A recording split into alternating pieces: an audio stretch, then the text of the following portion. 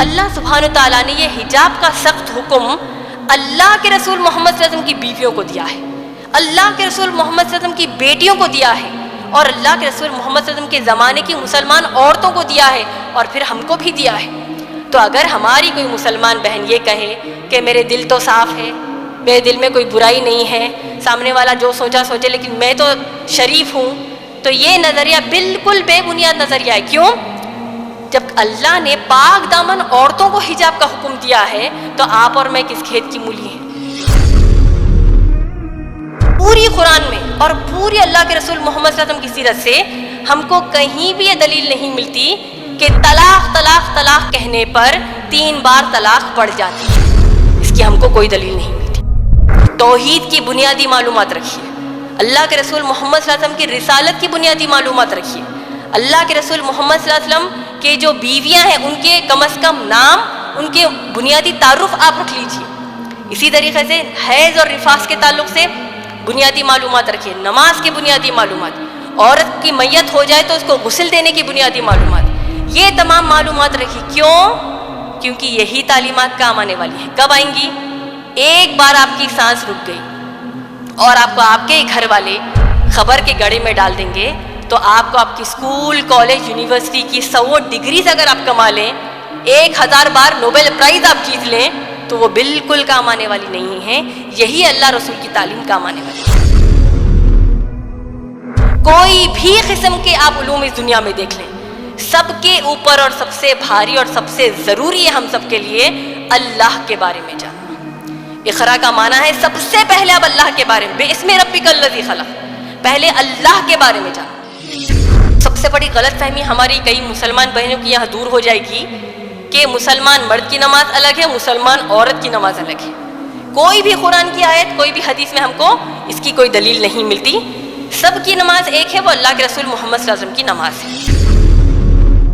طہارت کی پہلی شکل ہی اگر مکمل نہ ہوئی ہو، یعنی اس میں کوئی کوتاہی ہو گئی ہو یا اس میں کوئی کمی رہ گئی ہو، تو پھر اب طہارت کی دوسری شکل نہیں کر سکتے، اس پر عمل نہیں کر سکتے۔ دوسری شکل پر عمل نہیں کیا تو ہماری کوئی نماز قبول نہیں ہوگی اور ہم جہنمی گنہگار بے نمازی کہلائیں گے، نعوذ باللہ۔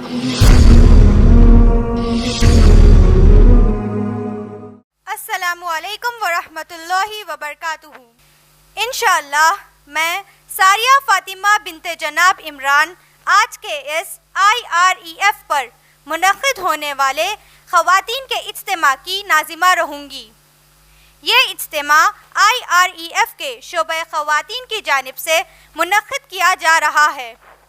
آپ سب کو میں IREF کے شعبہ خواتین کی جانب سے تہہ دل سے استقبال کرتے ہوئے IREF کا بنیادی تعارف دیتی چلوں۔ IREF یعنی Islamic research and educational foundation ایک اسلامی دعوتی ادارہ ہے جس کے بانی و صدر جناب عمران ہیں۔ IREF کی بنیاد ہمارے اس دور کے سب سے مشہور اور معروف مبلغ دین شیخ احمد دیدات رحمہ اللہ کے دعوتی کام کے نہج پر رکھا گیا ہے۔ شیخ احمد دیدات رحمہ اللہ سے متاثر ہو کر جناب عمران نے اسلامی دعوتی کام کو IREF کے ذریعے شروع کیا۔ IREF Islamic research and educational foundation اپنے شہر حیدرآباد میں سن 1998 یعنی 1998 عیسوی میں حکومت ہندوستان سے اجازت لے کر شروع کیا گیا۔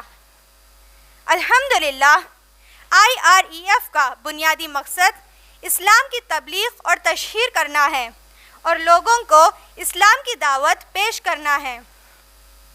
IREF کا نصب العین قرآن اور حدیث بفہم اور منہج صحابہ رضی اللہ تعالی عنہم اجمعین ہے۔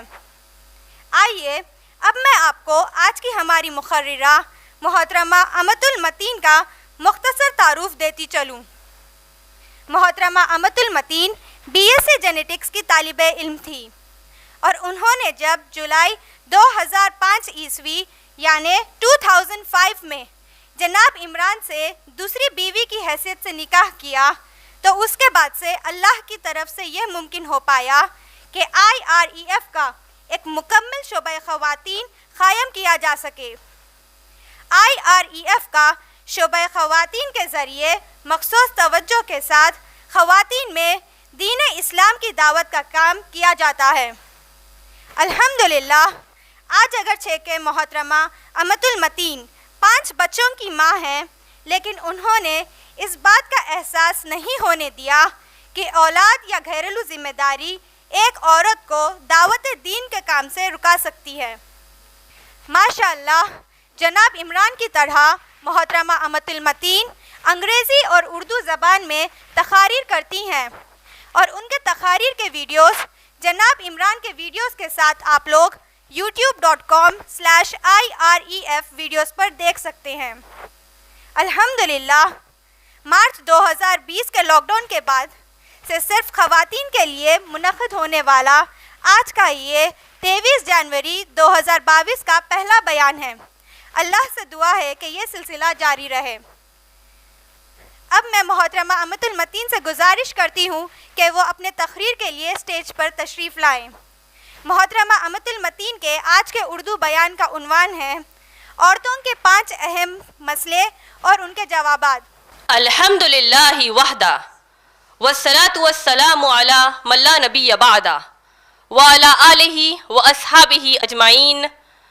اعوذ باللہ من الشیطان الرجیم، بسم اللہ الرحمن الرحیم۔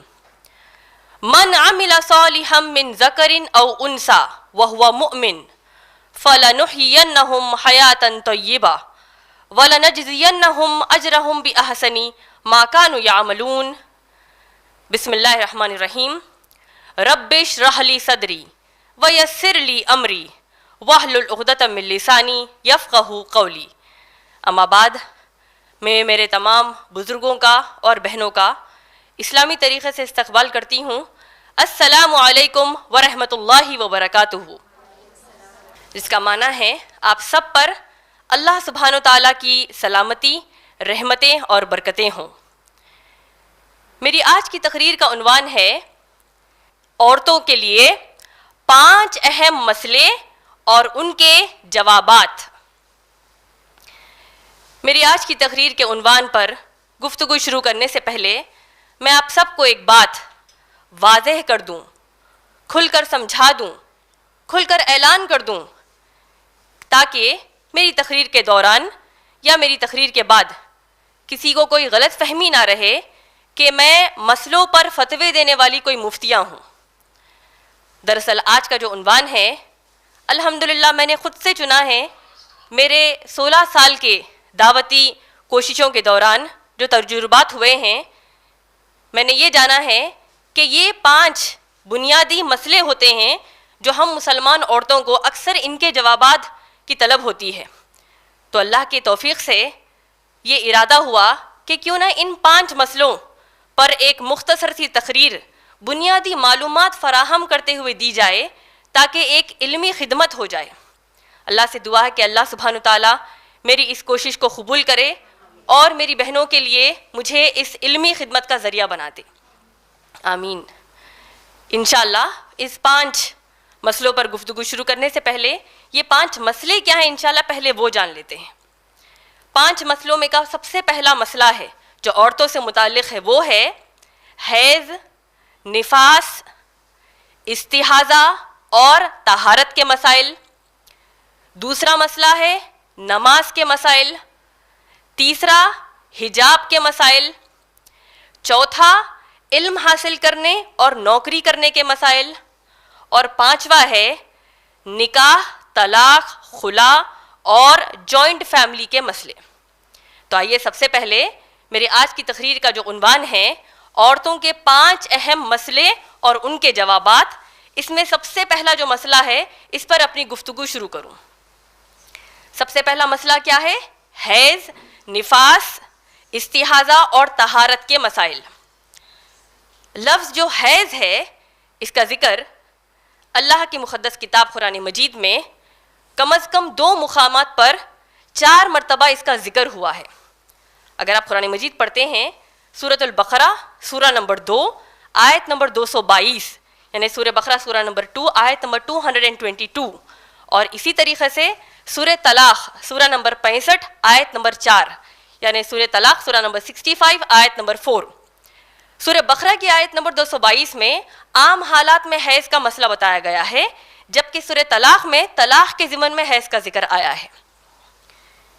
اسی اعتبار سے اللہ سبحانہ تعالیٰ نے جو مسلمان لڑکا ہو یا لڑکی یا غیر مسلمان لڑکا ہو یا لڑکی، قدرتی طور پر کسی بھی لڑکا یا لڑکی کے لیے بالغ ہونے کے لیے، پیوبرٹی ریچ کرنے کے لیے جو ایک بڑی نشانی اللہ نے رکھی ہے، ایک واضح نشانی اللہ نے رکھی ہے، وہ ہے احتلام یعنی ویٹ ڈریمز. لیکن اللہ کی رحمت سے اللہ نے لڑکیوں کے لیے، ہم عورتوں کے لیے ایک اور واضح نشانی بالغ ہونے کی حیض کی شکل میں رکھی ہے. میڈیکل سائنس کے حساب سے اگر پوچھا جائے کہ حیض کیا ہے تو میڈیکل ڈاکٹرز اپنے تحقیقی علم کی بنیاد پر کہتے ہیں، جب پوچھا گیا کہ حیض کیا ہے تو ان کا کہنا یہ ہے تحقیقی علم کی بنیاد پر کہ اللہ نے جو عورتوں کو جو اووری دیا ہے، اووری ایک جسم کا رحم کا ایک حصہ ہے، رحم سے جڑا ہوا، یوٹرس سے جڑا ہوا ایک حصہ ہے. اووری میں جو عورت کے انڈے بنتے ہیں، جیسے ہی لڑکی بالغ ہونے کی عمر کو آ جائے، بالغ ہو جائے یعنی شادی کی عمر کو آ جائے، شادی کے لائق ہو جائے جس کو ہم کہتے ہیں، تو پھر ایسی عورت کے جو اووری میں جو انڈے بنتے ہیں اور کچھ وقت کے بعد وہ انڈے ضائع ہو جاتے ہیں، تو ان ضائع انڈوں کو جسم سے باہر نکلنا ضروری ہو جاتا ہے. اگر جسم سے باہر وہ ضائع انڈے نہیں نکلیں گے تو عورت کی جان کو خطرہ ہوتا ہے، اور یہ جان کا خطرہ جسم سے پیشاب کا باہر نہیں نکلنے کے خطرے سے زیادہ بڑا ہے. اور پھر یہ جو اووری جس کا میں نے ذکر کیا، اس کو اردو میں انڈاشی کہتے ہیں، جو یوٹرس سے جڑا ایک حصہ ہوتا ہے. اب جو بات ابھی میں نے آپ سب کو بتائی، اس میں سبحان اللہ آپ دیکھیے کہ اللہ سبحانہ تعالیٰ نے کیسا یہ حیض کا نظام رکھا ہے کہ ایک مسلمان عورت ہو یا غیر مسلمان عورت، جب کبھی یہ ضائع انڈے جسم سے باہر نکلتے ہیں، میڈیکل سائنس کے حساب سے یہ خون میں مل کر، جس خون میں مل کر یہ انڈے جسم سے باہر بہتے ہیں، اس خون کو بدبودار، چگٹ اور گہرے لال رنگ کا بنا دیتے ہیں. اور یہ میڈیکل سائنس کے مطابق ہر لڑکی یا عورت کو کم از کم مہینے میں ایک بار 2 دن سے 7 دن تک یہ خون بہتا ہے. بعض عورتیں یا بعض لڑکیاں ایسی بھی ہوتی ہیں جن کو 7 دن سے بڑھ کر یہ خون بہتا ہے. اس نقطۂ نظر میں اگر آپ غور کریں گے، اسلام میں جو حیض کا ذکر آیا ہے، جیسے کہ میں نے قرآن کا آپ کو سورہ بقرہ کی آیت نمبر 222 کا ذکر کیا، اللہ نے کہا اس میں کہ اللہ فرماتے ہیں کہ جب یہ تم سے حیض کے بارے میں سوال کرتے ہیں تو ان سے کہو کہ یہ گندگی کا خون ہے. اور اسی آیت میں اللہ نے آگے فرمایا کہ شادی شدہ مسلمان مردوں سے کہا گیا کہ جب تمہاری مسلمان بیویاں حیض کی حالت میں ہو تو تم ان سے ہم بستری اس وقت تک نہ کرو جب تک کہ وہ حیض کے یا نفاس کے خون سے پاک ہو جائے. یہ ایک بات بتائی گئی ہے.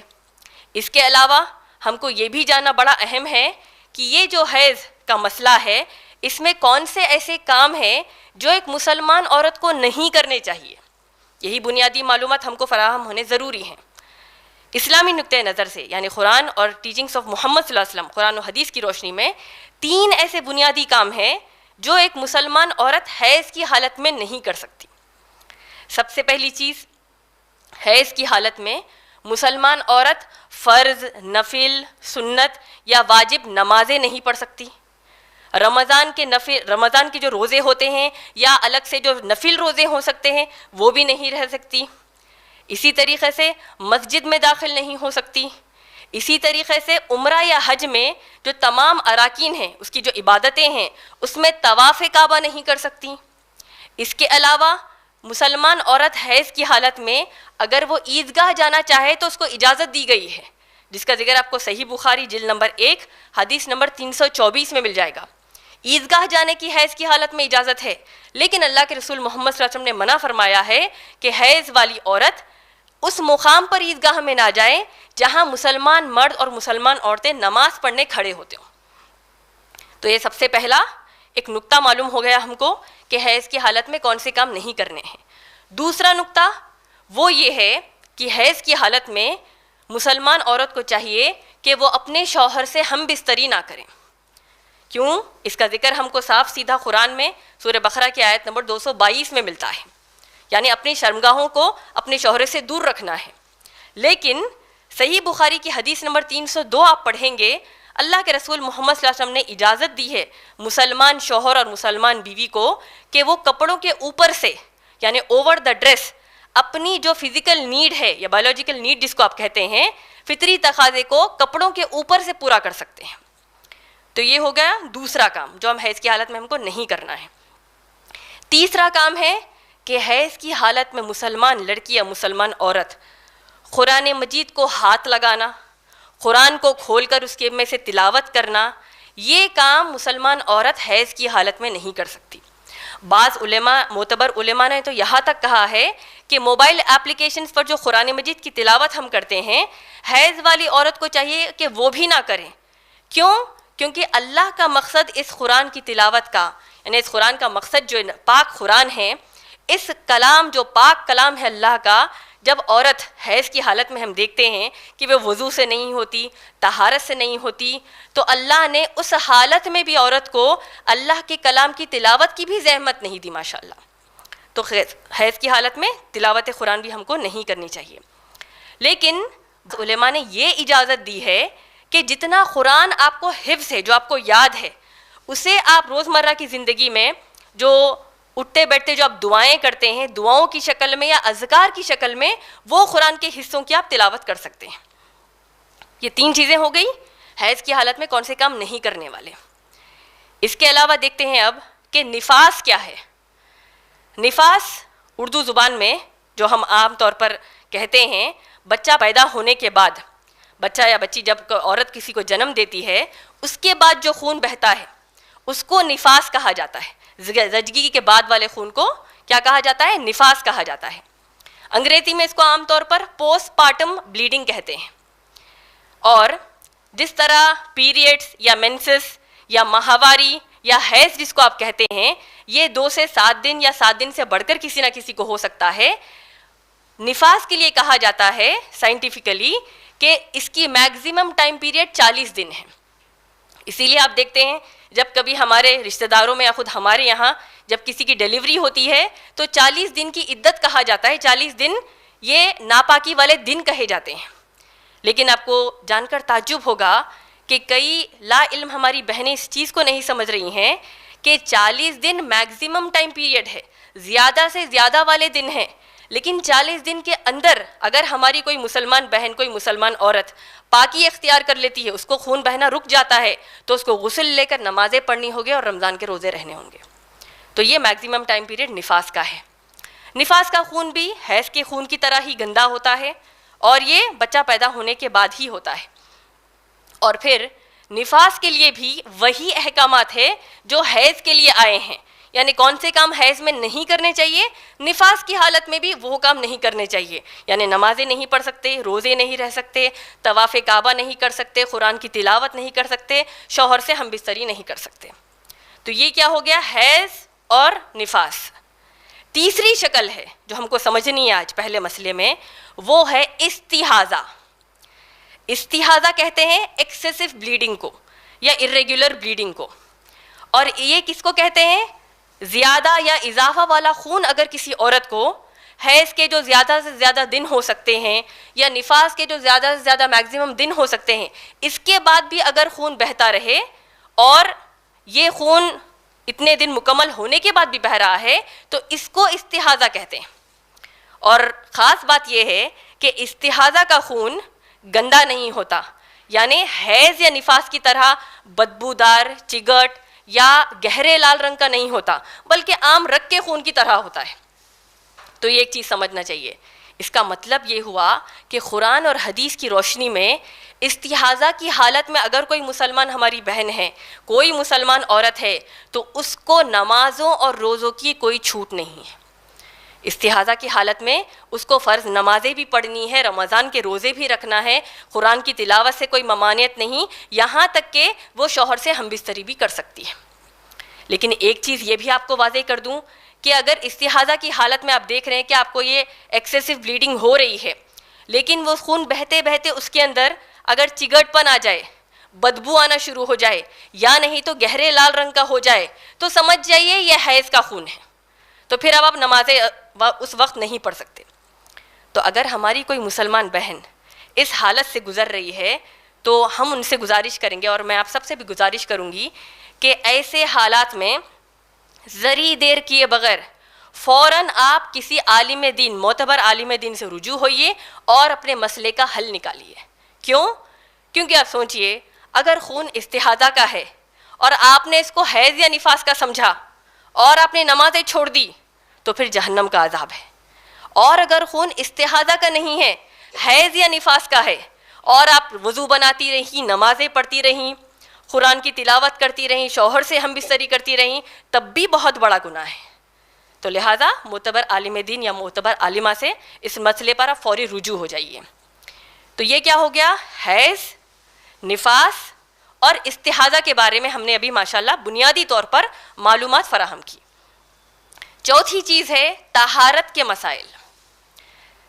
طہارت جو لفظ ہے، اس کا بنیادی جو مادہ، بنیادی روٹ ورڈ جو ہے وہ طہور سے ہے، تو دو چشمے ہا اور را، اور یہ لفظ قرآن مجید میں جو عورتوں سے متعلق استعمال ہوا ہے، یہ وہی حیض کا ذکر جس آیت میں ہے، یعنی سورہ بقرہ سورہ نمبر 2 آیت نمبر 222 میں جو آیت ہے، اس آیت کے اختتام پر اللہ نے استعمال کیا ہے، اور اللہ نے کیا فرمایا؟ ان اللہ یحب التوابین ویحب المتطہرین، اللہ بے شک بار بار توبہ کرنے والوں سے محبت کرتا ہے، اور اللہ اپنے آپ کو ناپاکی سے پاک کرنے والوں سے محبت کرتا ہے۔ یہ ایک چیز ہم کو سمجھنی چاہیے۔ اب طہارت کا جو مسئلہ ہے اسلام میں، مسلمان عورت کو طہارت کی ضرورت کب پڑ جاتی ہے، یا یہ پہلے جو چند وجوہات ہے وہ جان لیتے ہیں۔ کوئی بھی مسلمان عورت اگر ہوا خارج کر دیں، جس کو ہم فارٹنگ کہتے ہیں، تب طہارت کی ضرورت پڑتی ہے۔ پیشاب یا پاخانہ کے بعد طہارت کی ضرورت پڑتی ہے۔ اسی طریقے سے حیض یا نفاس کے خون کے مکمل رک جانے کے بعد طہارت کی ضرورت پڑتی ہے۔ اسی طریقے سے شوہر سے ہم بستری کرنے کے بعد طہارت کی ضرورت پڑتی ہے، اور اسی اعتبار سے اگر کسی اور وجہ سے، یعنی عام طور پر جو احتلام جس کو کہتے ہیں، پانچویں ہے احتلام یا ویٹ ڈریم جس کو کہتے ہیں، سیکشل ڈسچارج وتھ پلیجر اگر ہو جائے تب بھی آپ کو طہارت کی ضرورت پڑتی ہے۔ اور چھٹی چیز، کسی اور وجہ سے اگر سیکشل ڈسچارج ہو جائے تب بھی آپ کو طہارت کی ضرورت ہے۔ یہ 6 چیزیں ہم کو بنیادی یاد رکھنی چاہیے۔ اب یہ 6 چیزوں میں طہارت تو ہم کو لینی ہے، لیکن اس کا طریقہ کیا ہے؟ تو یہ جان لیجئے کہ طہارت کی 3 شکلیں ہیں، 3 اس کے لیولز آپ اس کو بولیے، یا 3 اس کی شکلیں ہیں۔ طہارت کی سب سے پہلی شکل ہے کہ جب آپ پیشاب کرنے کے بعد پیشاب کی جگہ کو صرف اپنے بائیں ہاتھ سے، لیفٹ ہینڈ سے، آپ پانی کے ذریعے اس جگہ کو مکمل صاف کر دیں گے، یہاں تک کہ پیشاب کے خطروں کی بھی کوئی نشانی نہ رہے۔ اور پھر اسی طریقے سے پاخانہ کی جگہ کو بھی کرنے کے بعد اس کی جگہ کو بھی مکمل صرف بائیں ہاتھ سے، رائٹ ہینڈ استعمال نہیں کریں گے، دایاں ہاتھ بالکل استعمال نہیں کریں گے، صرف بائیں ہاتھ سے اس جگہ کو مکمل صاف کر دیں گے، یہاں تک کہ وہاں کوئی گندگی کی نشانی بھی موجود نہ ہو۔ تو یہ طہارت کی پہلی شکل ہو گئی کہ آپ مکمل اپنی شرمگاہ کو مکمل صاف کر رہے ہیں۔ اسلامی نقطۂ نظر سے اگر پانی میسر نہ ہو، یعنی پانی اویلیبل نہ ہو، تو اس حالت میں، جس کو عام طور پر ہم استنجا کہتے ہیں، یعنی اینٹ کے ڈھیلوں سے آپ پیشاب یا پاخانہ کی جگہ کو مکمل صاف کر دیں گے، یہاں تک کہ بالکل کوئی گندگی کی نشانی نہ رہے اور وہ مکمل جگہ سوکھی رہے۔ اینٹ کے ڈھیلے جس کو پیسز آف برک کہتے ہیں، یا ٹیشو پیپر کے ذریعے یا کسی بھی چیز کے ذریعے مکمل اس جگہ کو آپ پاک صاف کر لیں گے۔ تو یہ کیا ہو گئی؟ طہارت کی پہلی شکل۔ طہارت کی دوسری شکل کو اکثر علماء اکرام، کیونکہ اس کا ذکر قرآن مجید میں سورہ مائدہ کی آیت نمبر 6 میں آیا ہے، اس آیت میں کیونکہ طہارت کی دوسری شکل کا ذکر آیا ہے، جس کو عام طور پر آپ اور میں اسلامی تعلیمات کے معلومات رکھتے ہوئے ہم اس کو وضو کہتے ہیں۔ اور وضو کو کیونکہ قرآن کی سورہ مائدہ کی آیت نمبر 6 میں وضو کے لیے لفظ غسل کا استعمال ہوا ہے، تو علماء اکرام نے وضو کو چھوٹا غسل کہا ہے۔ اور یہ جو وضو کا ذکر قرآن مجید میں آیا ہے، اس کا ذکر آپ دیکھیں گے سورہ مائدہ کی آیت نمبر 6 میں جو آیا ہے، وضو کی ضرورت کب پڑتی ہے ہم کو؟ طہارت کی پہلی شکل مکمل کرنے کے بعد وضو، یعنی طہارت کی دوسری شکل ہم مکمل کریں گے۔ اور یاد رکھیے میری بہنوں، طہارت کی پہلی شکل ہی اگر مکمل نہ ہوئی ہو، یعنی اس میں کوئی کوتاہی ہو گئی ہو یا اس میں کوئی کمی رہ گئی ہو، تو پھر اب طہارت کی دوسری شکل نہیں کر سکتے، اس پر عمل نہیں کر سکتے. دوسری شکل پر عمل نہیں کیا تو ہماری کوئی نماز قبول نہیں ہوگی اور ہم جہنمی گنہگار بے نمازی کہلائیں گے، نعوذ باللہ. تو یہ جاننا ہمارے لیے بڑا ضروری ہے. پہلی شکل کو مکمل طریقے سے ہم عمل میں لائیں گے. دوسری شکل یعنی وضو. اب وضو کا طریقہ کیا ہے؟ ہم سب جانتے ہیں کہ ہم بسم اللہ کہہ کر وضو کی شروعات کریں گے. سیدھے ہاتھ میں پانی لے کر بائیں ہاتھ کو اس کے اوپر ڈال کر پانی سے پورا ہاتھ کو دھوئیں گے. پھر ویسے ہی دائیں ہاتھ کو یعنی رائٹ ہینڈ کو بھی دھوئیں گے. کتنی مرتبہ کریں گے؟ 3 مرتبہ کریں گے. 1 مرتبہ فرض ہے، 3 مرتبہ اللہ کے رسول محمد صلی اللہ علیہ وسلم کی سنت ہے. بسم اللہ کہیں گے، ہاتھوں کو آپ دھو لیں گے، پھر سیدھے ہاتھ سے پانی لے کر 3 مرتبہ آپ کلی کریں گے. بہتر یہ ہوگا کہ آپ غرارہ کر لیں اور انگلی اگر آپ منہ میں ڈال کر دانت کو بھی صاف کر لیں تو ہمارے لیے اچھا ہو جائے گا. ناک میں پانی آپ سیدھے ہاتھ سے ڈال کر بائیں ہاتھ کی کوئی انگلی سے اپنی نک پڑیوں کو صاف کریں گے، یعنی نوسٹرلز کو صاف کریں گے. اور اللہ کے رسول محمد صلی اللہ علیہ وسلم نے صحیح مسلم کی حدیث میں خاص حکم دیا ہے کہ تم فجر کی نماز کو جب وضو بناؤ تو اپنی نک پڑیوں میں پانی خوب اچھے سے ڈال کر صاف کرنا، کیونکہ شیطان تمہاری نک پڑیوں میں اپنی رات گزارتا ہے. تو اچھے سے ہم کو نک پڑیوں کو بھی صاف کرنا ہے 3 مرتبہ. پھر چہرے کو آپ مکمل طور پر یعنی پیشانی کی شروعات سے لے کر یہاں ٹھڈی تک یعنی چن تک اور دونوں کان کی لولیوں کے بیچ میں پورے مکمل آپ کے چہرے کو آپ 3 مرتبہ دھو لیں گے. اس کے بعد پانی لے کر سیدھے ہاتھ پر ہم 3 مرتبہ کونی تک مکمل 3 مرتبہ اس کو دھو لیں گے. پھر ویسے ہی بائیں ہاتھ کو 3 مرتبہ دھو لیں گے. پھر کیا کریں گے؟ مسح کریں گے. پانی پورا ہاتھ میں لے کر خوب ہاتھ میں لے کر اس کو چھوڑیں گے.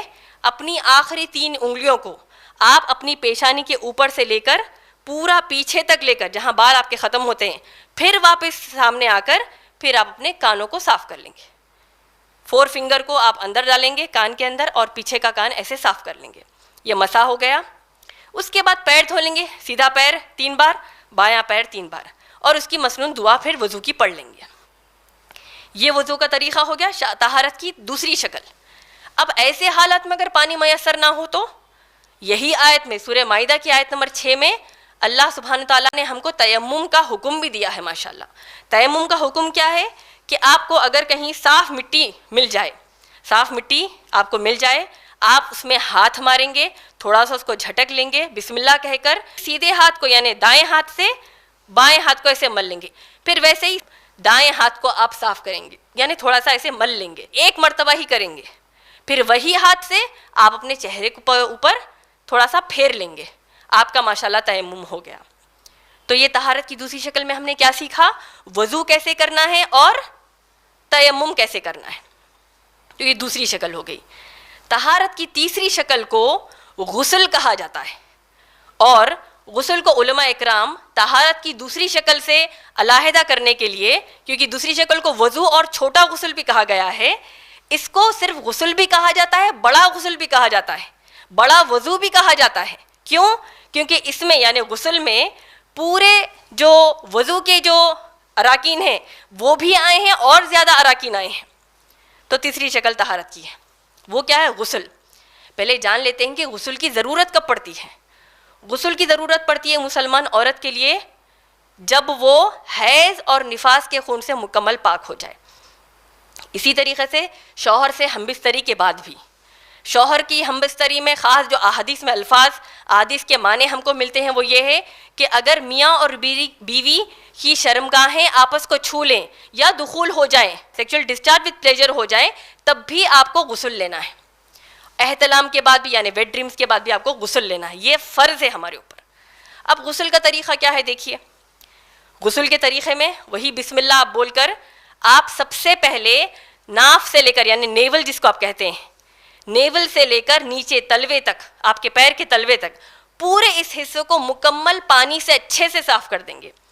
یہاں تک کہ خاص طور پر اپنی شرمگاہوں کو اچھے سے دھوئیں گے. یہ دیکھ لیں گے کہ کہیں نفاس یا حیض کا کچھ خون کے کچھ اثرات باقی نہ رہیں یا منی کہیں بھی نہ رہیں، تو اس کو آپ اچھے سے صاف کر لیں. تو وضو میں آپ جس طرح وضو بناتے ہیں پہلے بسم اللہ کہیں گے، لیکن پہلے اس حصے کو مکمل دھو لیں گے ناف کے نیچے کے حصے کو مکمل دھو لیں گے. اس کے بعد اب آپ وضو جس طرح نماز میں بناتے ہیں ویسے وضو بنا لیں گے. پیر ابھی نہیں دھوئیں گے. صحیح بخاری کے اب حدیث پڑھیں گے تو کیا پتہ چلتا ہے, غسل جب اللہ کے رسول محمد صلی اللہ علیہ وسلم لیتے تو اپنے اس حصے کو مکمل دھونے کے بعد ہم کو حکم دیا کہ آپ وضو بنانا مکمل شروع کر دیجئے. اور پھر مسح اللہ کے رسول محمد صلی اللہ علیہ وسلم 3 مرتبہ اپنے سر کے بالوں میں جڑوں میں پانی کو ملتے, اور اس کے بعد پھر سیدھی جانب بالوں پر 3 مرتبہ پانی ڈالتے, بائیں جانب بالوں پر 3 مرتبہ پانی ڈالتے. اسی طریقے سے جسم پر مونڈھے سے یعنی شولڈر سے سیدھی جانب 3 مرتبہ پانی ڈالتے کہ 3 مرتبہ right side of the body یعنی سیدھے ہاتھ کا پورا جسم مکمل بھیگ جائے. پھر بائیں طرف 3 مرتبہ آپ کو ڈالنا ہے. پھر اس جگہ سے ہٹ کر اللہ کے رسول محمد صلی اللہ علیہ وسلم نے حکم دیا کہ 3 مرتبہ دایاں پیر اور پھر بایاں پیر جیسا وضو میں دھوتے ہیں اس کو دھو لیں. تو یہ غسل ہو گیا. تو غسل کی اہمیت میں نے بتا دی کہ کب غسل کرنا ہے اور غسل کیا ہے, ماشاءاللہ یہ بھی پتہ چل گیا. لیکن آپ سب سے یہ بھی میں نصیحت یا گزارش یہ بھی کروں گی جو آپ کو اور مجھے ہم سب کو انشاءاللہ فالو کرنا ہے, وہ یہ ہے کہ اگرچہ ہم کو کئی بار غسل کی ضرورت نہ بھی پڑے, وضو کرنے کی بھی ضرورت ہو سکتا ہے ہم کو کئی بار نہ پڑے, نمازوں کے اوقات کے علاوہ بھی اگر بیت الخلاء جاتے ہیں اپنے آپ کو طہارت کی پہلی شکل سے مکمل صاف کر لیتے ہیں, تب بھی اگر آپ وضو بنا لیں گے تو اللہ کے رسول محمد صلی اللہ علیہ وسلم نے کیا فرمایا, جتنے اعضاء آپ کے وضو میں بھیگتے ہیں ان کے گناہ معاف ہو جائیں گے. تو یہ ایک ماشاءاللہ طہارت کی تیسری شکل ہے, وہ ہے غسل. پہلی شکل ہے عام طہارت یعنی پیشاب پاخانہ کے بعد جو آپ کو صفائی کرنی ہے. دوسرا ہے نماز کے لیے جو ہے جو آپ کو وضو بنانا ہے. تیسرا ہے بڑی طہارت جس کو غسل کہتے ہیں. تو یہ ہو گیا عورتوں کے 5 مسئلوں میں کا پہلا مسئلہ, حیض, نفاس, استحاضہ اور طہارت کے مسائل. آئیے دیکھتے ہیں دوسرا مسئلہ میری آج کی تقریر کا, وہ ہے نماز کے مسائل.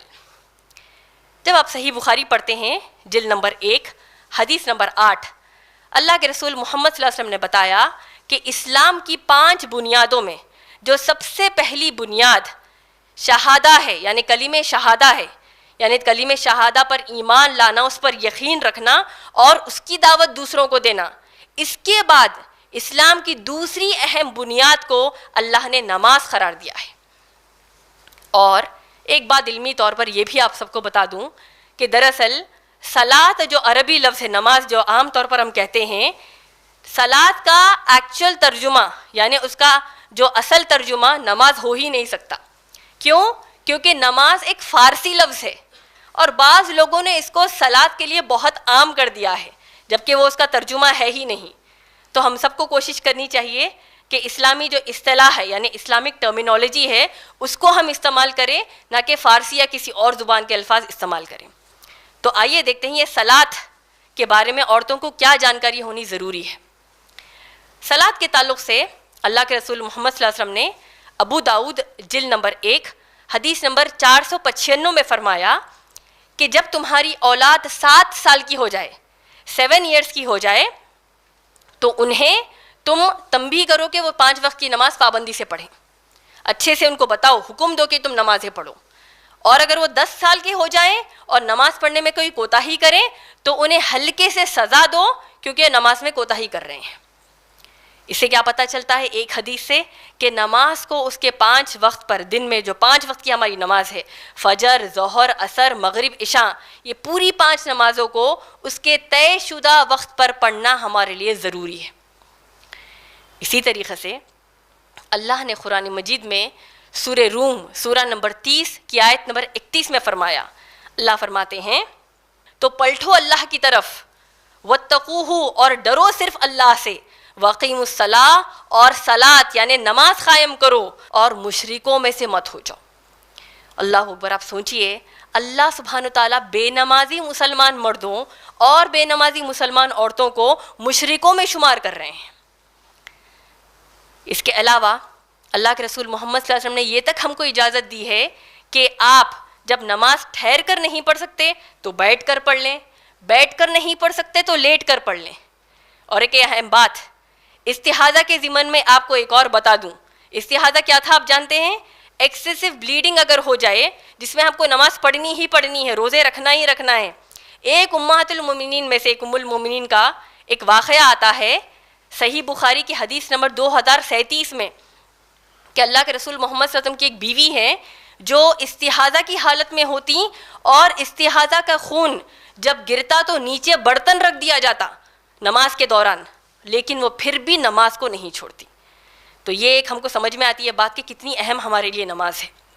تو آئیے دیکھتے ہیں کہ عورتوں کو نماز کے تعلق سے کون سے بنیادی مسئلے معلوم کرنے ضروری ہے. سب سے پہلی چیز، اللہ کے رسول محمد صلی اللہ علیہ وسلم نے صحیح بخاری جلد نمبر 1 حدیث نمبر 631 میں فرمایا، والیوم نمبر 1 حدیث نمبر 631 میں فرمایا کہ سلو کما رأیتمونی صلی، نماز اس طرح پڑھو، صلاۃ اس طرح پڑھو جس طرح تم مجھے پڑھتا دیکھتے ہو.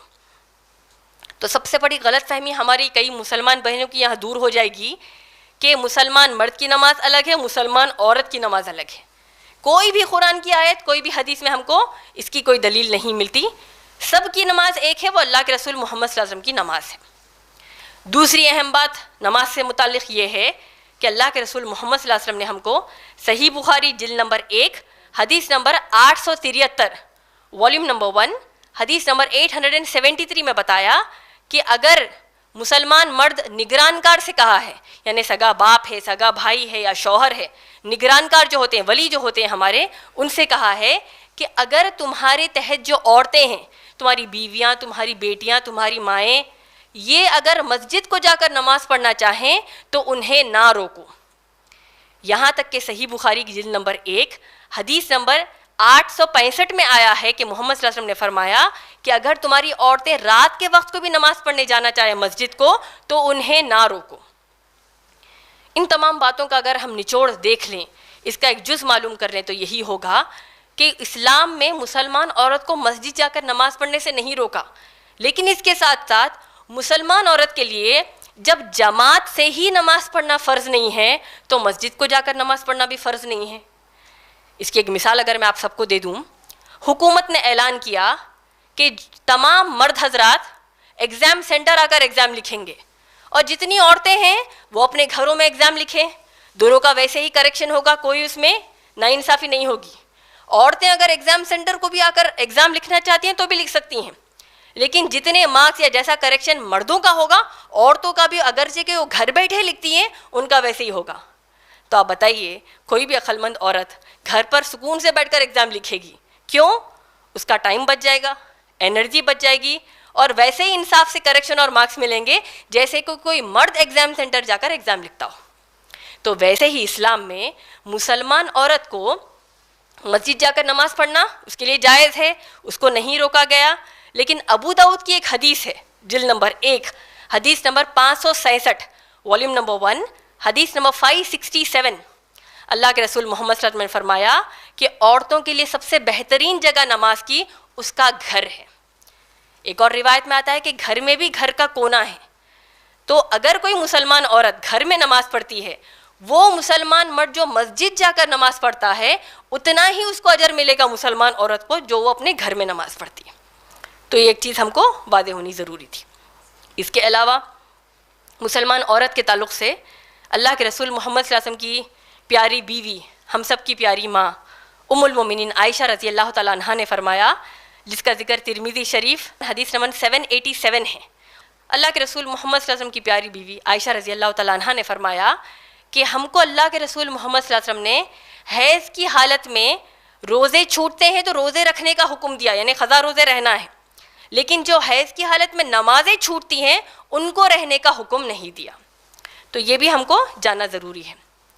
اس اعتبار سے ایک دو اور باتیں واضح طور پر عورتوں کی جماعت سے پڑھنے کے تعلق سے بتا دوں. وہ یہ ہے کہ اگر مسلمان عورت مسجد جا کر جماعت سے نماز پڑھنا بھی چاہے تو اللہ کے رسول محمد صلی اللہ علیہ وسلم نے فرمایا کہ مسلمان مردوں کے لیے سب سے پیاری جماعت میں سب سے پیاری صف، یعنی روز جو ہوتے ہیں جماعت کے، سب سے سامنے والی جو صف ہے وہ بہترین ہے مرد کے لیے. عورت کے لیے سب سے پیچھے والی جو رو ہوتی ہے، سب سے پیچھے والی جو صف ہوتی ہے وہ سب سے بہتر ہے. اسی اعتبار سے اگر کوئی مسلمان عورت مسجد میں نماز پڑھنے جائے یا کہیں اور اس کا شوہر اس کو نماز پڑھائے یا بڑا بھائی یا کوئی اور نماز پڑھائے گھر میں یا کہیں اور جماعت سے نماز پڑھائے، اور اگر امام سے غلطی ہو جائے، تلاوت میں ہو گئے یا کوئی اراکین میں غلطی ہو جائے تو مردوں کو جس طرح حکم ہے کہ وہ غلطی پر آگاہ کرنے کے لیے سبحان اللہ کہیں گے، عورت کے لیے تالی بجانا ہے. یہ ایک چیز بھی ہم کو معلوم ہونا ضروری تھی. اس کے علاوہ اللہ کے رسول محمد صلی اللہ علیہ وسلم نے ہم مسلمان عورتوں کو یہ بھی اجازت دی ہے کہ اگر وہ باجماعت خود یعنی پوری عورتیں باجماعت نماز پڑھنا چاہتی ہیں وہ پڑھ سکتی ہیں. ایک اس میں جو الگ چیز ہوگی وہ یہی ہوگی کہ جس طرح مسلمان مرد جب نماز پڑھتے ہیں امامت کرتے ہیں، مرد سامنے ٹھہرتا ہے جو امامت کرتے ہیں، امام جو ہوتے ہیں پیچھے پورے مصلی ہوتے ہیں، لیکن مسلمان عورت جب امامت کرے گی وہ جدا نہیں کھڑی ہوگی، وہ بیچوں بیچ کھڑی ہوگی. اس کے دائیں اور بائیں جانب تمام عورتیں کاندھے سے کاندھا پیر سے پیر ملا کر نماز پڑھیں گے. تو یہ نماز کے تعلق سے بنیادی باتیں ہم کو معلوم ہونی ضروری تھی. جو تیسرا مسئلہ تھا وہ ہے حجاب کا مسئلہ. اللہ سبحانہ تعالیٰ نے قرآن مجید میں سورہ نور سورہ نمبر 24 آیت نمبر 30 اور 31 اور سورہ احزاب سورہ نمبر 33 آیت نمبر 59 میں اللہ نے واضح طور پر بتا دیا کہ مسلمان عورت ان مردوں کے سامنے، ان غیر محرم مردوں کے سامنے آنگ پر پہنے ہوئے کپڑوں کے ساتھ ان کے سامنے نہیں آ سکتی جس سے وہ زندگی میں کبھی بھی نکاح کر سکتی ہیں.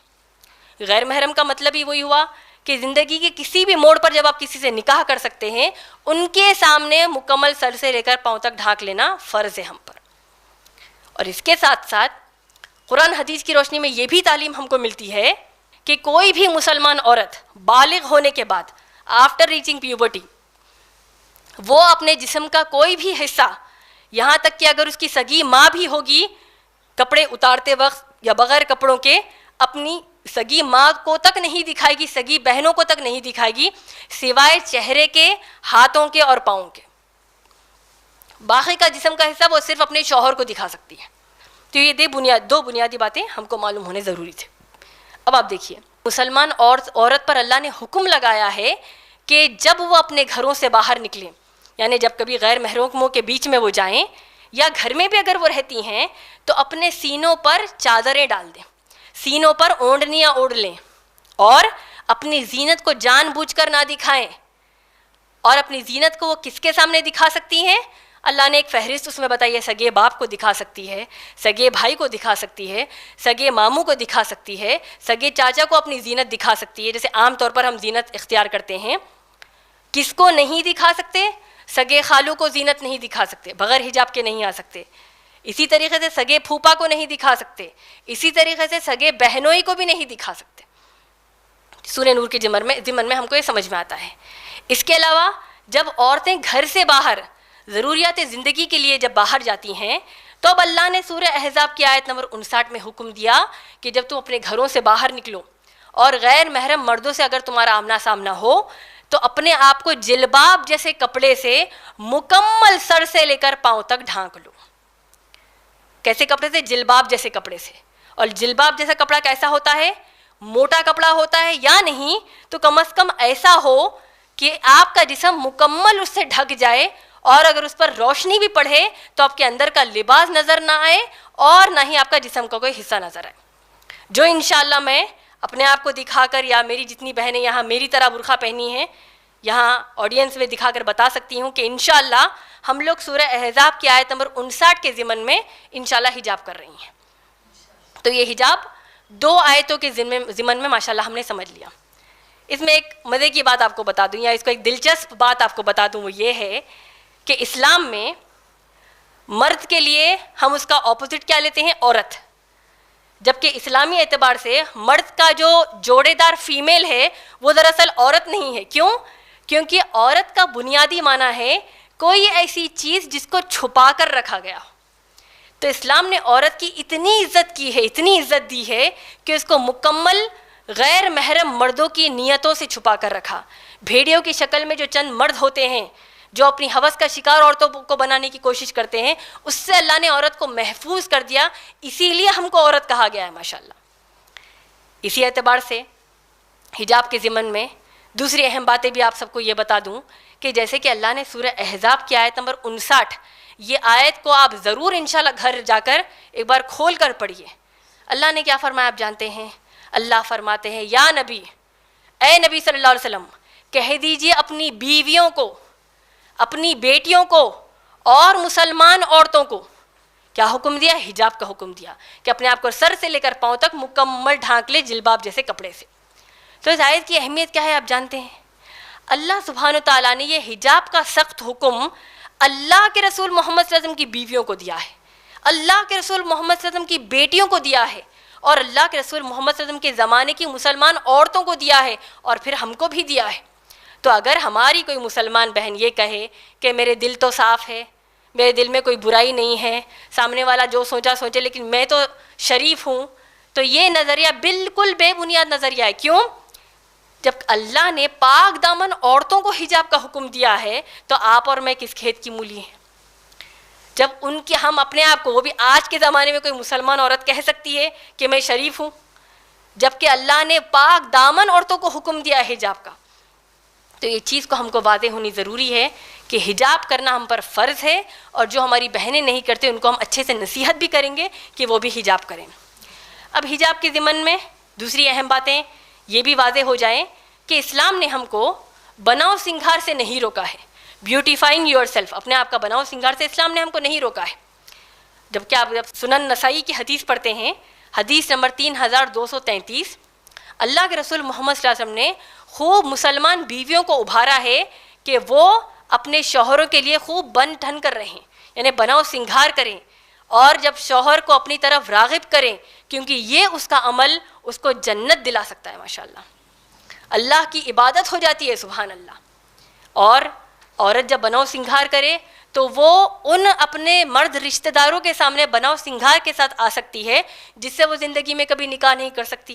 سگا باپ ہو، سگا بھائی ہو، سگے ماموں، سگے چچا، ایسے رشتوں کے سامنے وہ بناؤ سنگھار کے ساتھ آ سکتی ہے، لیکن غیر محرم رشتوں کے سامنے وہ حجاب کے ساتھ ہی، جلباب والا حجاب، یعنی سورہ احزاب کی آیت نمبر جو 59 ہے اس کے ضمن میں جو حجاب آیا ہے ویسا ہی اپنے خالہ زاد بھائی، چچا زاد بھائی یعنی کزنس کے سامنے بھی حجاب کرنا ہوگا، ان کے سامنے بھی بناؤ سنگھار نہیں کر سکتے۔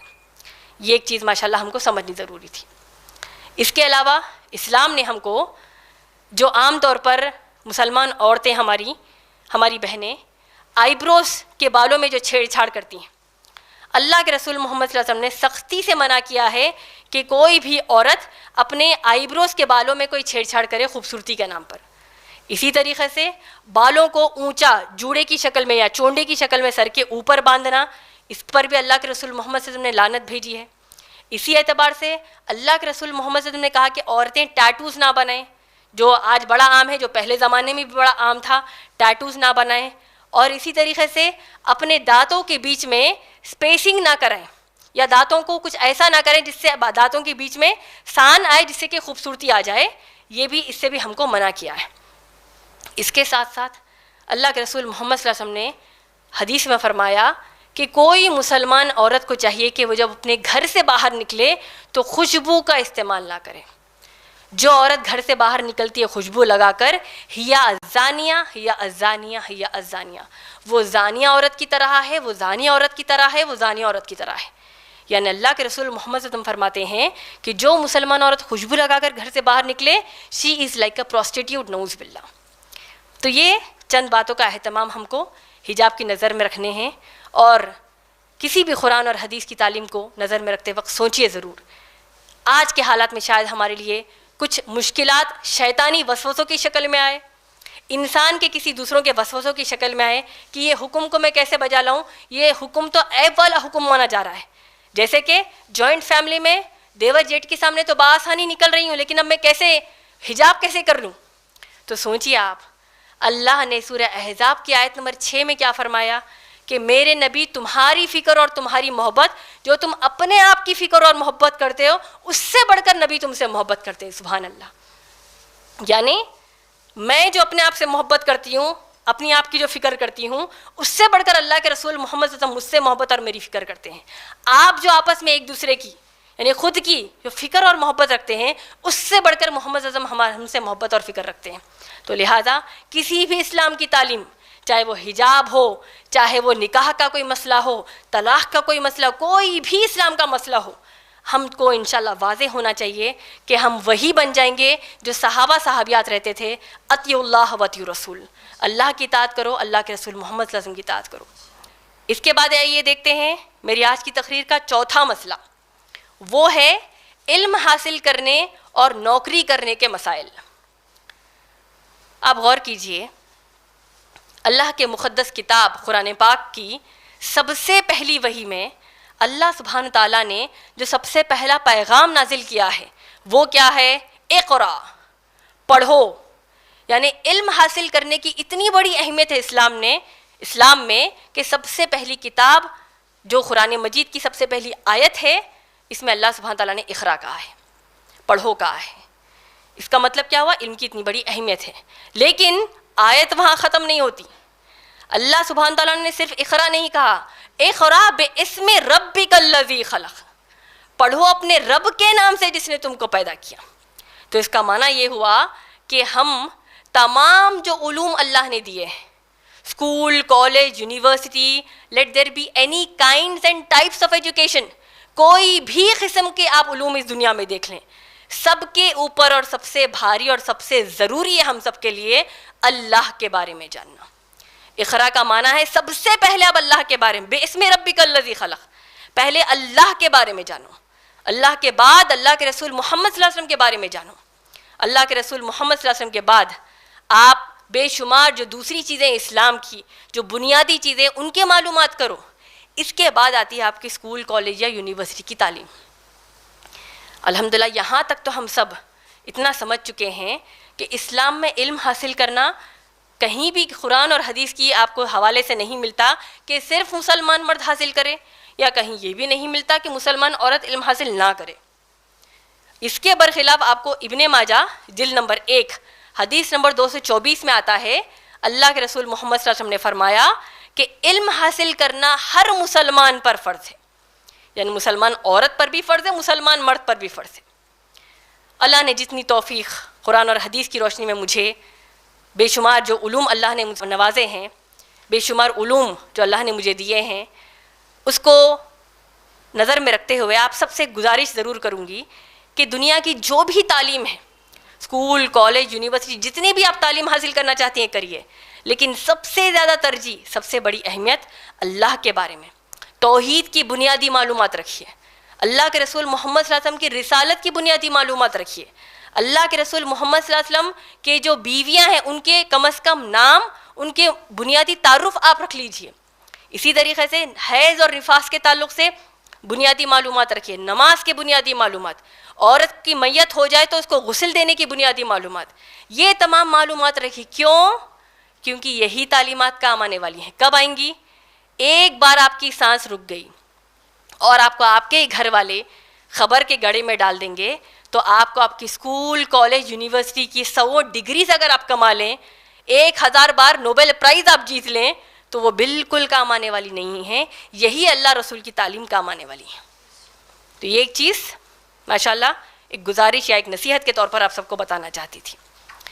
اب اسلام میں جو علم حاصل کرنے اور نوکری کرنے کے جو عورتوں کے لیے مسائل ہیں، اس کو بڑے آسانی سے سمجھنے کے لیے یہ سمجھا دوں کہ 4 بنیادی شرائط ہے، 4 کنڈیشنز ہے، بنیادی کنڈیشنز ہے، جس کو اگر کوئی مسلمان عورت پورے کر لیتی ہے تو وہ ماشاءاللہ علم حاصل کر سکتی ہے یا نوکری کر سکتی ہے۔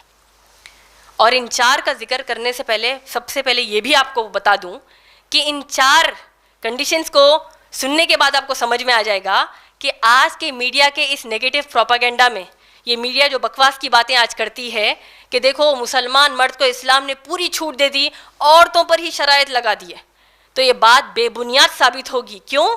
کیونکہ ان 4 شرائط میں کہ پہلے جو 3 شرائط ہے یہ مسلمان مرد کے لیے بھی ہے، عورتوں کے لیے پورے 4 ہیں، مرد کے لیے یہ پہلے 3 بھی ہے، تو یہ بات بالکل ان کی بے بنیاد ہو جاتی ہے۔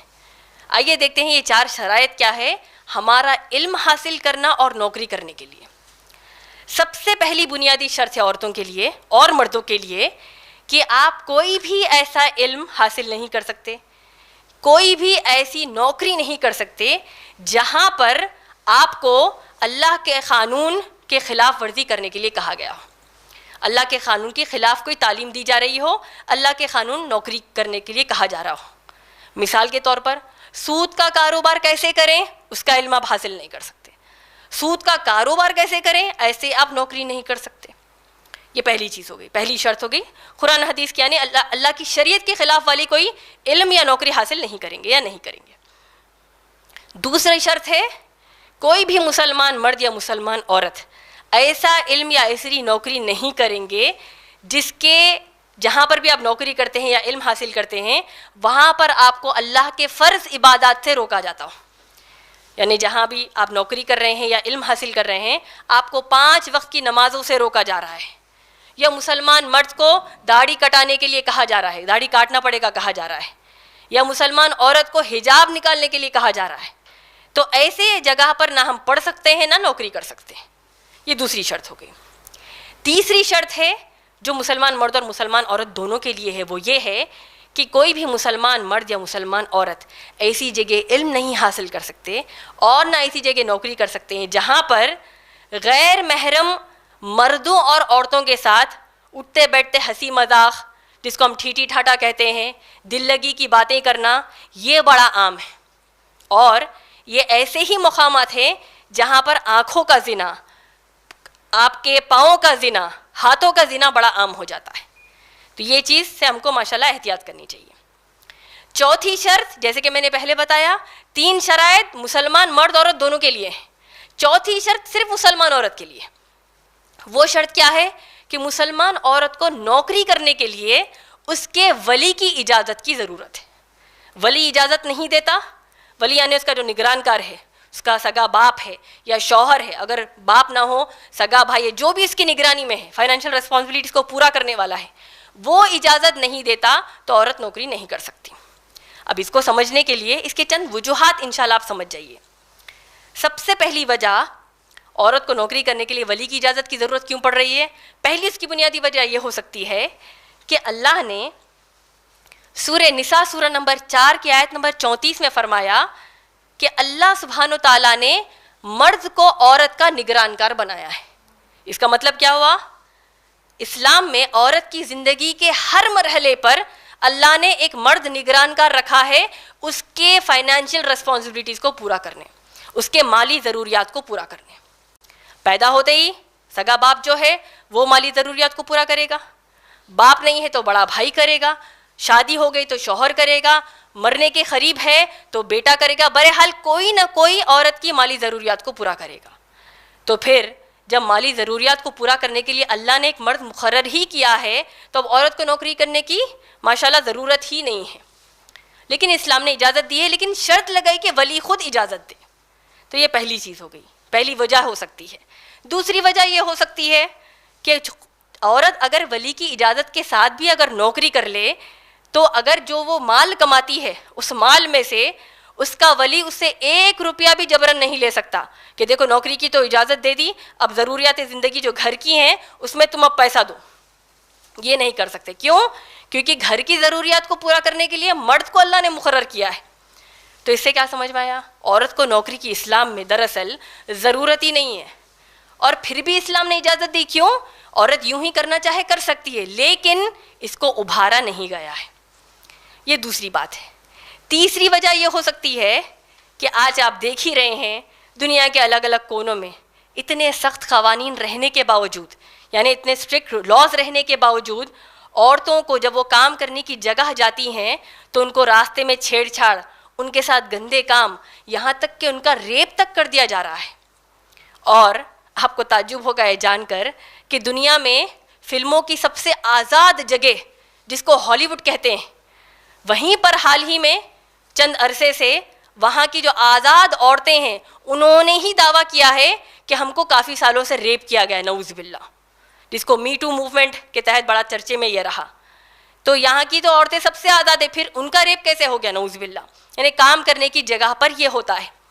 یہاں تک کہ دا ویک جو میگزین ہے اس کی ایک رپورٹ آتی ہے کہ جتنی بہنیں یعنی جتنی عورتیں کام کرنے جاتی ہیں, ورک پلیس پر نوکری جو کرتی ہیں, ہر 3 میں کی 1 لڑکی کے ساتھ ان کو ایسی جسمانی اذیتیں دی جاتی ہیں, یعنی ان کو سیکشولی ہراس کیا جاتا ہے.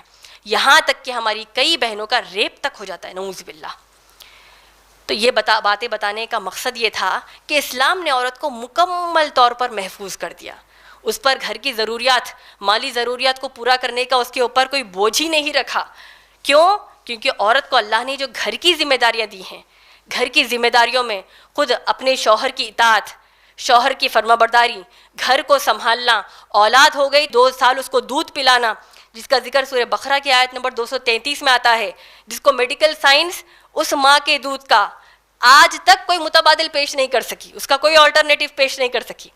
تو یہ ذمہ داریاں اللہ نے عورتوں کو دی ہے. اس کے ساتھ ساتھ عورتوں کو حیض کی مشکلات ہوتی ہیں، نفاس کی مشکلات ہوتی ہیں، بچہ پیدا ہونے کے بعد کی مشکلات ہوتی ہیں. تو اللہ نے عورت کو محفوظ، اس کی عزت کو محفوظ گھر میں رکھا ہے. اور آپ سوچئے، یہی ماؤں کی تربیت ہے جس کی وجہ سے سبحان اللہ ہمارے درمیان اس دنیا میں، یعنی اس دنیا میں الگ الگ ہسٹری کے ایسپیکٹس میں آپ دیکھیں گے، الگ الگ تاریخی اعتبار سے اللہ نے ہم کو امام بخاری رحمۃ اللہ علیہ جیسے پیارے شخص کو اللہ نے ہمارے پاس بھیجا. اسی طریقے سے امام مسلم رحمۃ اللہ علیہ، ہمارے 4 بڑے ائمہ جو ہیں، ان کی ماؤں کے نیچے اللہ نے ان کی جنت رکھی ہے. یہاں تک کہ بی بی فاطمہ رضی اللہ تعالیٰ عنہ کے بارے میں تو اللہ کے رسول محمد صلی اللہ علیہ وسلم نے فرمایا کہ ان کے جو 2 بیٹے ہیں حسن اور حسین رضی اللہ تعالیٰ عنہ، یہ جنت کے جو جوان ہیں ان کے سردار ہیں. تو کیسی تربیت ہوگی. اور خود فاطمہ رضی اللہ تعالیٰ عنہ کو کہہ دیا کہ جنت کی عورتوں کی سردار ہے سوائے مریم علیہ السلام کے. تو یہ جو ذمہ داری اللہ نے دی ہیں عورتوں کو، اسی لیے نوکری کے لیے ابھارا نہیں ہے. کرنا بھی چاہتی ہے تو یہ اس کے 4 شرائط ہیں. یہ ایک بات آپ کو واضح کرنا چاہتی تھی. تو یہ چوتھا مسئلہ ہو گیا. کون سا؟ علم حاصل کرنے اور نوکری کرنے کے مسائل. 5واں اور آخری مسئلہ ہے، وہ ہے نکاح، طلاق، خلا اور جوائنٹ فیملی کے مسئلے. اسلام میں نکاح جو کانسیپٹ ہے، جو تصور ہے، یہ زنا کے طور پر رکھا گیا ہے. اس کا معنی کیا ہوا؟ جب آپ ابن ماجہ پڑھتے ہیں جلد نمبر 3 حدیث نمبر 1846، والیوم نمبر 3 حدیث نمبر 1846، اللہ کے رسول محمد صلی اللہ علیہ وسلم نے فرمایا النکاح من سنتی، نکاح میری سنت ہے. یعنی قرآن کے الگ الگ آیات اور اللہ کے رسول صلی اللہ علیہ وسلم کی تمام احادیث، اور اس حدیث کو بھی اب ہم نظر میں رکھیں تو پتہ چلتا ہے کہ اسلام میں نکاح اس وقت تک نہیں ہو سکتا جب تک کہ قرآن اور حدیث کے تحت جو شرائط ہیں، یعنی جو کنڈیشنز اسلام نے رکھے ہیں، اس کو پورا کرے بغیر نکاح نہیں ہو سکتا. اس کا مطلب یہ ہوا کہ کوئی بھی مسلمان مرد اور مسلمان عورت یہ پورے شرائط کو پورا کیے بغیر، چاہے کتنا بھی دل میں آپس میں ایک دوسرے کو میاں بیوی تصور کر لیں، یہاں تک کہ ایک ساتھ رہنا بھی شروع کر دیں، تو ان کو نکاح کا رشتہ نہیں مانا جائے گا. اور اگر اس دوران ان کو اولاد بھی ہو جائے تو ان کو زنا سے پیدا ہوئے بچے تصور کیا جائے گا. کیوں؟ کیونکہ قرآن اور حدیث کی روشنی میں نکاح پورا نہیں ہوا، یعنی نکاح ہی نہیں ہوا. تو آئیے دیکھتے ہیں وہ کون سے بنیادی شرائط ہیں جو ایک مسلمان عورت کو معلوم ہونے چاہیے جس سے کہ نکاح مکمل ہوتا ہے. سب سے پہلی اور سب سے اہم چیز، اللہ سبحانہ تعالیٰ نے واضح طور پر سورہ بقرہ سورہ نمبر 2 آیت نمبر 221 میں فرمایا. سورہ بقرہ سورہ نمبر 2 آیت نمبر 221 میں اللہ سبحانہ تعالیٰ نے مسلمان عورتوں کو حکم دیا کہ وہ کسی بھی غیر مسلمان لڑکے یا مرد سے نکاح نہیں کر سکتے، ہرگز ان کے لیے جائز نہیں ہے. یہ ایک چیز ہم کو معلوم ہونی ضروری تھی. دوسری شرط، نکاح کے لیے مسلمان لڑکی کی اجازت کے بغیر نکاح نہیں ہو سکتا. تیسری اہم چیز، نکاح میں لڑکی کی مرضی کے ساتھ ساتھ اس کے اوپر کچھ جبر بھی نہیں کیا جا سکتا، اس کے ساتھ ساتھ ولی کی موجودگی بھی ضروری ہے. پہلا ہے غیر مسلمان سے شادی نہیں ہو سکتی، دوسرا ہے بغیر لڑکی کی مرضی کے نکاح نہیں ہو سکتا، تیسرا ہے ولی کی موجودگی کے بغیر نکاح نہیں ہو سکتا، چوتھا ہے ایک وقت میں مسلمان لڑکی 2 شوہر کے نکاح میں نہیں رہ سکتی. سورہ نساء سورہ نمبر 4 آیت نمبر 24 کے ضمن میں. پانچویں چیز، کوئی بھی مسلمان لڑکی ایسے مسلمان مرد سے نکاح نہیں کر سکتی جس کی پہلی بیوی اس مسلمان لڑکی کی سگی بہن ہو، سگی پھوپھی ہو، سگی خالہ ہو، سگی بھانجی یا سگی بھتیجی ہو. یعنی آسانی سے اس کو اگر ہم سمجھ جائیں کہ ایک ہی وقت میں ایک مسلمان مرد 2 سگی بہنوں سے نکاح نہیں کر سکتا. ایک ہی وقت میں وہ خالہ اور بھانجی یا پھوپھی یا بھتیجی سے نکاح نہیں کر سکتا. یہ ایک چیز ہم کو ماشاءاللہ سمجھنی چاہیے. یہ 5واں نقطہ ہو گیا. 6 ہے 2 مرد گواہوں کے بغیر نکاح نہیں ہو سکتا. اور 7واں ہے مہر کا طے ہونا جو لڑکی کی مرضی کے مطابق، اس کے بغیر بھی نکاح طے نہیں ہوتا. یہ بنیادی باتیں آپ کو بتانی تھی. اب اس کے علاوہ آپ دیکھیے، اگر کوئی مسلمان لڑکی نکاح سے پہلے اپنے ہونے والے شوہر کے پاس کچھ کنڈیشنز رکھے، کچھ شرائط رکھیں کہ آپ میرے یہ شرائط نکاح کے بعد پورے کر لیجئے، تو وہ گواہوں کی موجودگی میں اپنے شرائط بتا سکتی ہے. اور وہ یہ بھی کہہ سکتی ہے کہ اگر آپ میرے شرائط پورے نہیں کریں گے تو آپ مجھے طلاق دیجئے یا میں آپ سے خلا لوں گی. یہ سمجھیے کہ آپ یہ شرائط ماشاءاللہ رکھ سکتی ہیں. لیکن کوئی بھی مسلمان لڑکی کوئی ایسی شرط اپنے ہونے والے شوہر کے لیے نہیں رکھ سکتی جہاں پر وہ قرآن کی کسی آیت کے حکم یا اجازت سے ٹکرائے یا اللہ کے رسول محمد صلی اللہ علیہ وسلم کی سیرت سے ٹکرائے. مثال کے طور پر کوئی لڑکی اپنے ہونے والے شوہر سے یہ نہیں کہہ سکتی کہ جب تک میں آپ کے نکاح میں ہوں آپ دوسری تیسری یا چوتھی شادی نہیں کر سکتے. کیوں؟ کیونکہ دوسری تیسری یا چوتھی شادی کرنے کی اجازت اللہ نے قرآن میں دی ہے. سورہ نساء سورہ نمبر 4 آیت نمبر 3 میں اللہ نے دی ہے. اور مسلمان لڑکی کی یہ شرط قرآن کی خلاف جا رہی ہے. کس حد تک کہ اللہ نے سورہ محمد صلی اللہ علیہ وسلم کی آیت نمبر 9 میں کہا، 7 سے 9 میں کہا کہ یہ لوگ یعنی چند مسلمان ایسے ہیں جو اللہ کی نازل کردہ کتاب یعنی کتاب کے احکامات میں سے چند چیزوں کو ناپسند کرتے ہیں تو اللہ ان کے تمام نیکیوں کو برباد کر دیں گے. اور یہاں تک اللہ نے سورہ محمد صلی اللہ علیہ وسلم سورہ نمبر 47 کی آیت نمبر 25 اور 26 آپ پڑھیں گے، اللہ سبحانہ تعالیٰ نے فرمایا کہ یہ لوگ جو اللہ نے نازل کیا اس کو ناپسند کرتے ہیں اور غیر مسلمانوں سے مل کر کہتے ہیں کہ اس مسئلے میں تو ہم تمہارے ساتھ ہیں، ہم کو بھی یہ اسلام کی چیز نہیں پسند.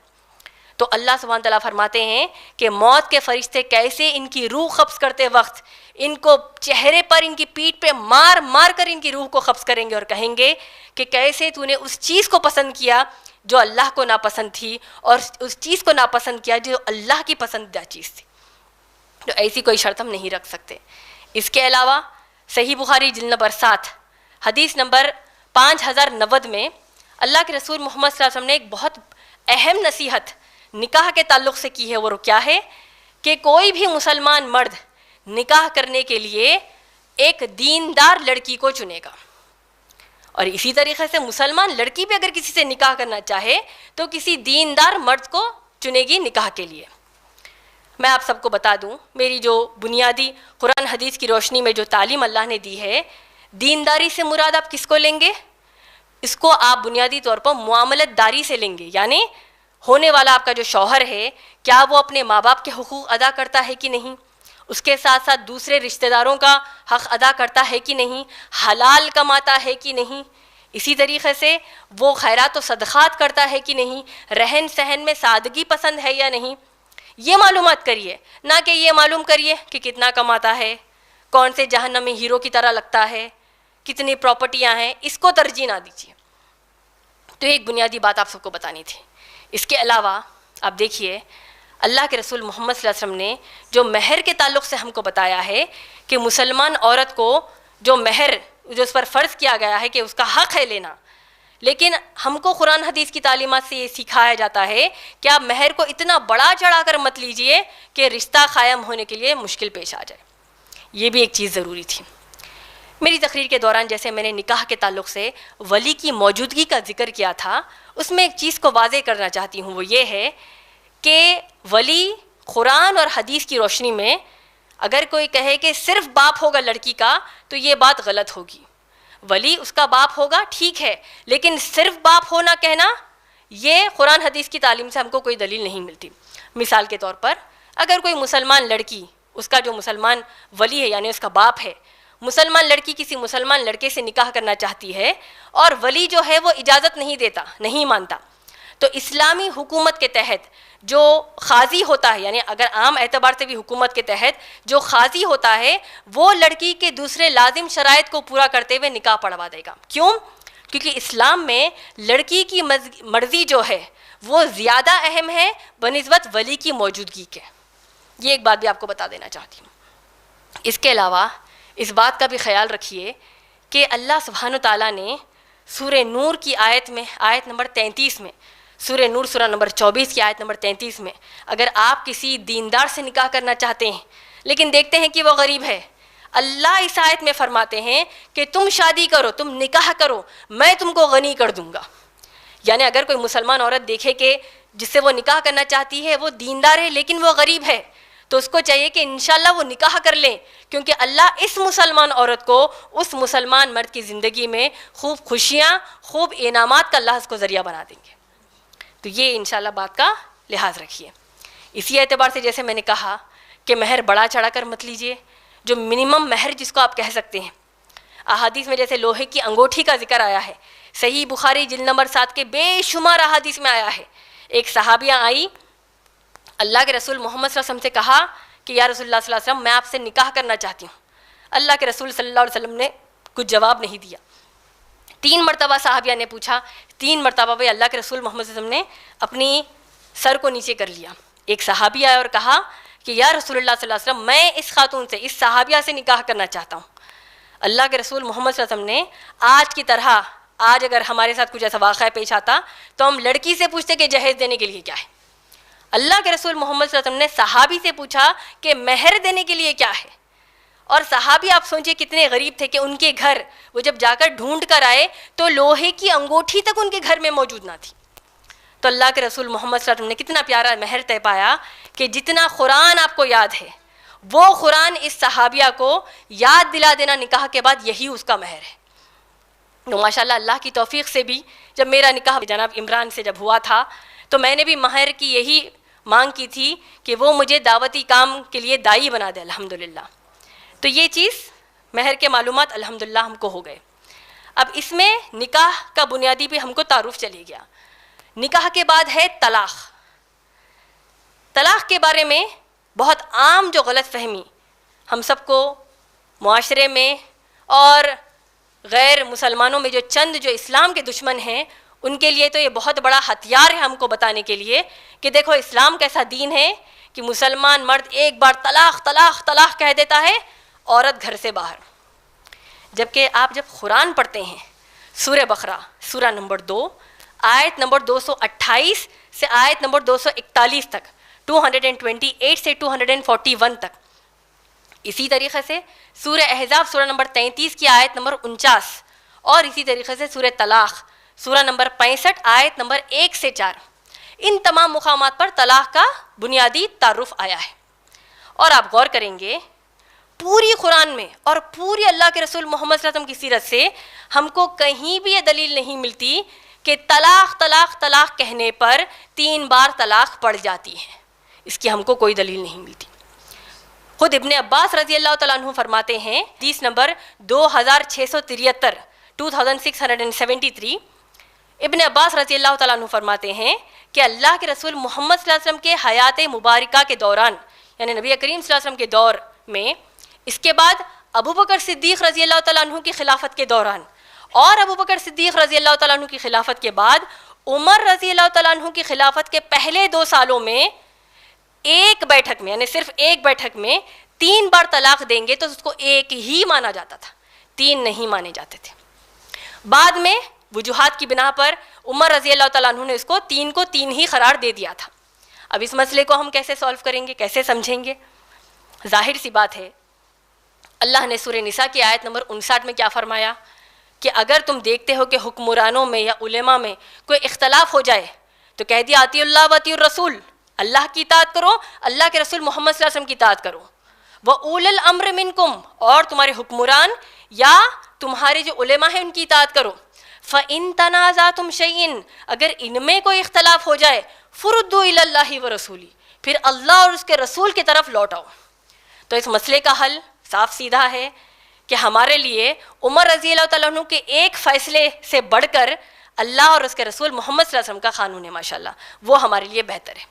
تو ایک بیٹھک میں کیسے ہوگی طلاق؟ آپ دیکھیے، اگر کوئی مسلمان شوہر اپنی بیوی کو طلاق دیتا ہے تو قرآن کی آیتوں کے حساب سے جو میں نے ابھی بتائے، سورہ بقرہ کی آیت نمبر 228 سے آیت نمبر 241، سورہ طلاق سورہ نمبر 65 آیت نمبر 1 سے 4، اللہ نے آیتیں نازل کی کہ جب تم اپنی بیویوں کو طلاق دو تو ان کے 3 ماہواری تک رکو، ویٹنگ پیریڈ کیا ہے عورت کا؟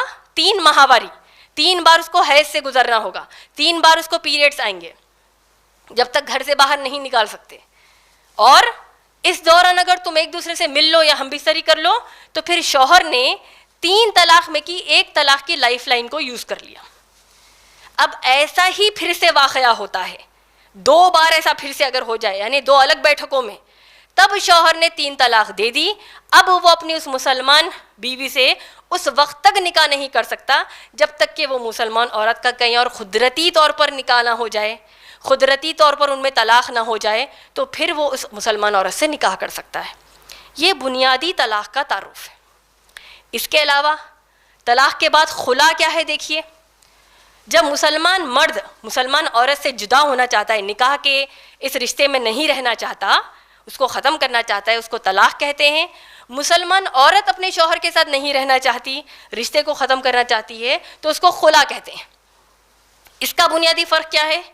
جس طرح طلاق کے لیے 3 ماہواری تک انتظار کرنا ہے, عورت کے لیے, مسلمان عورت کے لیے اگر وہ خلا مانگتی ہے تو صرف 1 ماہواری تک وہ انتظار کرے گی, یعنی 1 پیریڈ. دوسرا فرق, مسلمان مرد 3 الگ الگ بیٹھکوں میں صرف 3 بار طلاق دے سکتا ہے. مسلمان عورت جتنے بار چاہے خلا لے سکتی ہے, لیکن وہ غیر ضروری نہیں لے گی, کیونکہ محمد صلی اللہ علیہ وسلم نے غیر ضروری بغیر وجہ کے خلا لینے کو کہا ہے کہ یہ ایسی مسلمان عورت منافقہ ہے. تو یہ خلا کا تعارف ہو گیا. طلاق اور خلا کے بعد آئیے سمجھتے ہیں کہ اسلام میں فیملی کا جو کانسیپٹ ہے, جوائنٹ فیملی کا جو کانسیپٹ ہے, وہ کیا ہے. اسلام میں اللہ نے بہت واضح سورہ نساء سورہ نمبر 4 کی آیت نمبر 22 سے لے کر آیت نمبر 25, اور اسی طریقے سے اللہ سبحانہ تعالیٰ نے سورہ نور کی آیت نمبر 31 اور سورہ احزاب کی آیت نمبر 59 میں تمام وہ رشتے بتا دیا مسلمان عورت کو کہ کن کے سامنے اس کو حجاب کرنا ہے, کن کے سامنے حجاب نہیں کرنا. تو ظاہر سی بات ہے, سسرالی رشتہ داروں میں سسر کے علاوہ, سسرے جس کو ہم عام طور پر کہتے ہیں, فادر ان لا, سسر کے علاوہ دوسرے جتنے مرد رشتہ دار سسرال میں ہوتے ہیں وہ سب عورت کے لیے غیر محرم ہیں. تو عورت کو ان کے سامنے حجاب کرنا ہے. اب ظاہر سی بات ہے, جوائنٹ فیملی میں کیونکہ یہاں پورے ایک جگہ ہوتے ہیں اور حجاب نہیں ہوتا, تو اسی لیے اسلام میں جوائنٹ فیملی کا کوئی کانسیپٹ نہیں ہے. اور خاص طور پر اللہ کے رسول محمد صلی اللہ علیہ وسلم جب شوہر کے بھائی کے بارے میں معلومات کی, شوہر کا بھائی یعنی جیٹ یا دیور کے بارے میں معلوم کیا, تو کہا کہ شوہر کا جو بھائی ہے وہ موت ہے کہا. تو سوچئے اگر کوئی ہماری مسلمان بہن یا کوئی مسلمان عورت اپنے دیور یا جیٹ کے سامنے بے پردگی کرتی ہے, تو پھر اس کو اللہ سبحانہ تعالیٰ دنیا میں بھی اس کو گناہ ملے گا, آخرت میں بھی پھر اس کے لیے بربادی کا وہ باعث بن سکتا ہے. اور آپ سوچئے کیسے ہم یہ کہہ سکتے ہیں کہ ہمارے دل تو پاک ہے, ہمارے دل تو صاف ہے, جبکہ یہ حکم محمد صلی اللہ علیہ وسلم کے لیے آیا ہے, امہات المومنین کے لیے آیا ہے, اور صحابہ صحابیات کے لیے آیا ہے. تو ہمارے دل, ہماری نیتیں امہات المومنین سے پاک نہیں ہو سکتی. ہمارے دل کی نیتیں اللہ کے رسول محمد صلی اللہ علیہ وسلم کے وقت کی مسلمان عورتوں سے زیادہ پاک نہیں ہو سکتے. ان کے جوتی کی دھول کے برابر بھی ہم شریف نہیں ہو سکتے. اور آپ سوچیے آج کے وقت کی مسلمان عورت کیسے شریف ہو سکتی ہے, آپ بتائیے. اگر وہ قرآن حدیث سے دوری اختیار کرتی ہے تو ہم شریف کیسے ہو سکتے ہیں. اس کے علاوہ اگر کوئی مسلمان مرد چاہتا ہے کہ اس کی بیوی اس کے ماں باپ کی, یعنی شوہر کے ماں باپ کی, یعنی بیوی کے کیا ہو گئے, ساس سسرے ہو گئے, ان کی خدمت کرے یا ان کا خیال رکھے, تو اس کو واضح ہم کو سمجھنا ضروری ہے کہ مسلمان بیوی پر قرآن اور اللہ کے رسول محمد صلی اللہ علیہ وسلم کی سیرت میں کہیں بھی عورت کے لیے لازم نہیں ہے, ضروری نہیں ہے کہ وہ اپنے شوہر کے ماں باپ کی خدمت کرے. ہاں, اگر مسلمان لڑکی راضی خوشی اپنے شوہر کے ماں باپ کی خدمت کرتی ہے, ان کا خیال رکھتی ہے, تو وہ ماشاءاللہ شوہر کے لیے الحمدللہ اپنی جنت کما لے گی. جنت میں اعلیٰ اس کو مقام مل جائے گا, کیونکہ وہ شوہر کی راضی خوشی کے لیے کر رہی ہے. لیکن مسلمان مردوں سے بھی میں یہ گزارش کروں گی کہ جو اپنے ماں باپ کا خیال آپ کو خود رکھنا ہے, جو اصل آپ کا کام ہے, تو آپ اپنی مسلمان بیوی پر جبر یا ظلم نہیں کر سکتے. ان باتوں سے ہم کو کیا سمجھ میں آیا کہ مسلمان عورت کو شرعی اعتبار سے اسلام نے حق دیا ہے کہ وہ اپنے شوہر کو یہ کہے کہ میں آپ کے ماں باپ سے علیحدہ گھر میں رہنا چاہتی ہوں, اور مسلم پرسنل لاء بورڈ میں خود یہ ایک آپ کو کنڈیشن موجود ہے کہ آپ یہ لگا سکتی ہیں کہ آپ الگ گھر میں رہنا چاہتی ہیں. شیخ عثیمین رحمۃ اللہ علیہ نے یہاں تک کہا کہ ایک مسلمان مرد جب وہ شادی کرتا ہے تو شادی کرنے کے بعد، نکاح کے بعد، اس کو سب سے زیادہ خرچے کی جو ذمہ داریاں پوری کرنی ہے، سب سے پہلے وہ ہے اس کی بیویوں کے خرچے کی ذمہ داری، اس کے بعد اولاد کے خرچے کی ذمہ داری، اس کے بعد اس کے ماں باپ کے خرچے کی ذمہ داری. ایسا کیوں؟ کیونکہ اللہ نے سورہ بقرہ کی آیت نمبر 228 میں کیا فرمایا؟ وَلَهُنَّ مِثْلُ الَّذِي عَلَيْهِنَّ بِالْمَعْرُوفِ، جس طرح تمہارے حق عورتوں پر ہیں، عورتوں کے بھی حق تم پر ہیں. اور پھر سورہ نساء کی آیت نمبر 34 میں اللہ نے کیا فرمایا؟ الرجال قوامون علی النساء، مرد آدمی عورت کا قوام ہے، اس کا نگران کر ہے. کیوں؟ اللہ نے اس کو فضیلت کیوں دی ہے عورت پر، اس کو ایک مقام بڑھ کر کیوں دیا ہے؟ کیونکہ وہ اپنے مال میں سے عورت کے لیے خرچ کرتا ہے، اب عورت کی جو ضروریات ہے اس کو پورا کرتا ہے. یہ چیز ماشاءاللہ ہم کو سمجھنی چاہیے. یہ 5واں مسئلہ تھا.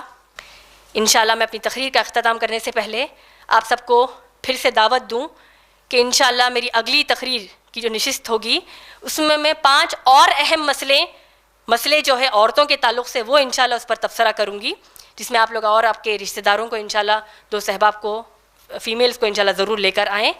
اور میری تقریر کو اس آیت سے مکمل کرنا چاہتی ہوں جس سے میں نے شروع کیا تھا. سورہ نحل سورہ نمبر 16 کی آیت نمبر 97.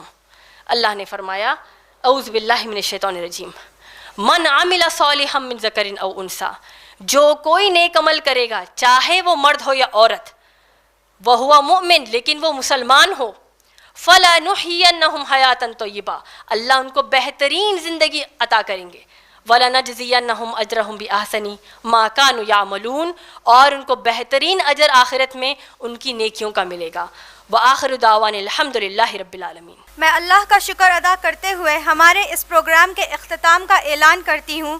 سبحان اللہ و بحمدہ، سبحانک اللہم و بحمدک، ونشہد ان لا الہ الا انت، استغفرک و اتوب الیک.